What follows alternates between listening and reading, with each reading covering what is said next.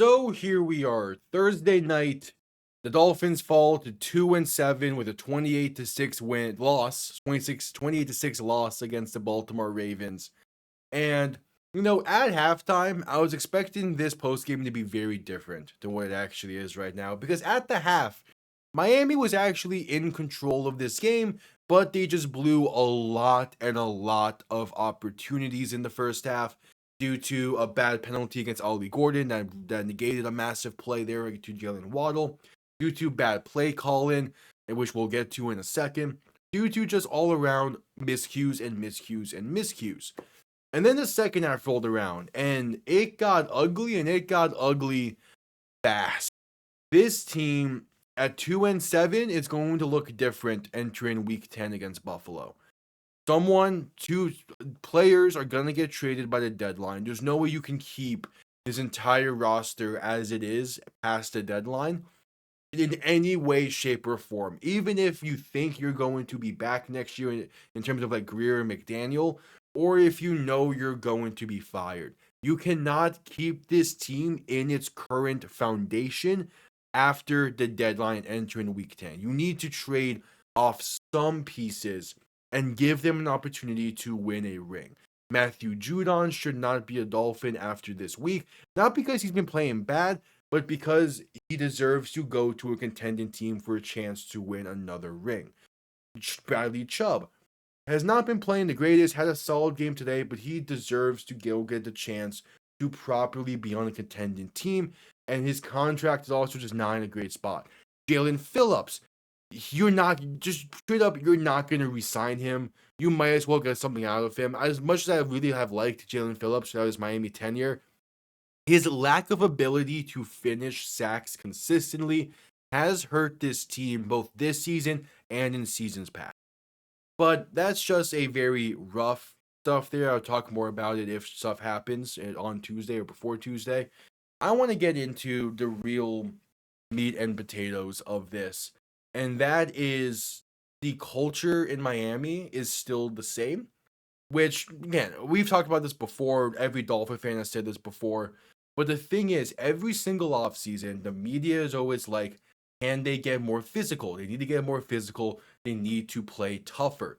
And then the team as a whole and the players and the front office, they talk about, oh, the culture change. We're getting more physical and yada, yada, yada.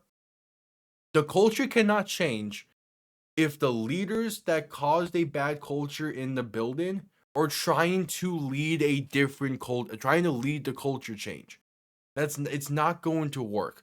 I could dive into so many details about that and past examples. If you want someone who can really explain this to the best I've ever seen, Steve Dangle has done a few videos around the Toronto Maple Leafs this season alone, specifically there's 2 losses they had due to kind of poor physicality.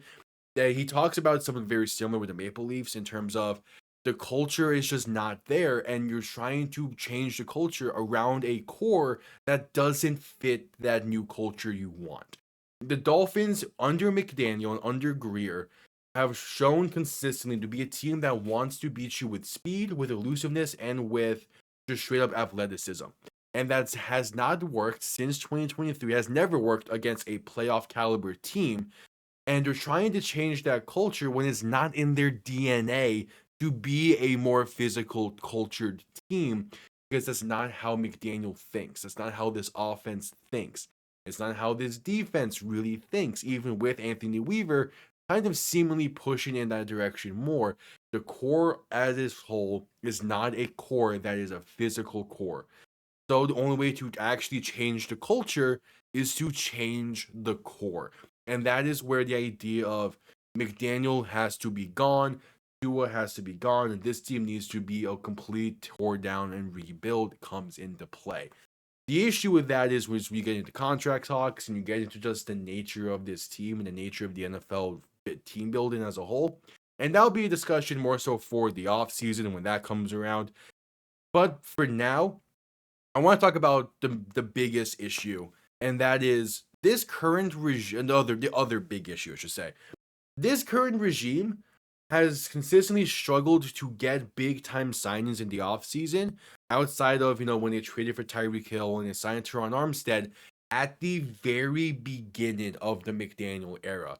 Since that year, this team has failed to get in big signings, and there's a big part of that. And we saw it in this game. Tony Jefferson, who used to play for the Baltimore Ravens, he's now over in the Los Angeles Chargers as a safety. He tweeted out during the game about a fourth down play call, and to which I said, pretty plagiarized here. Did I really just see a slot fade to a 5'9" running back versus a 6'4" demon on fourth down? Because that play call truly made no sense. For as much as I love Devon Achane, he should not be running a slot fade against Kyle Hamilton in anyone's wildest of imaginations. It doesn't make sense. Miami does not have the talent for that play to work in general.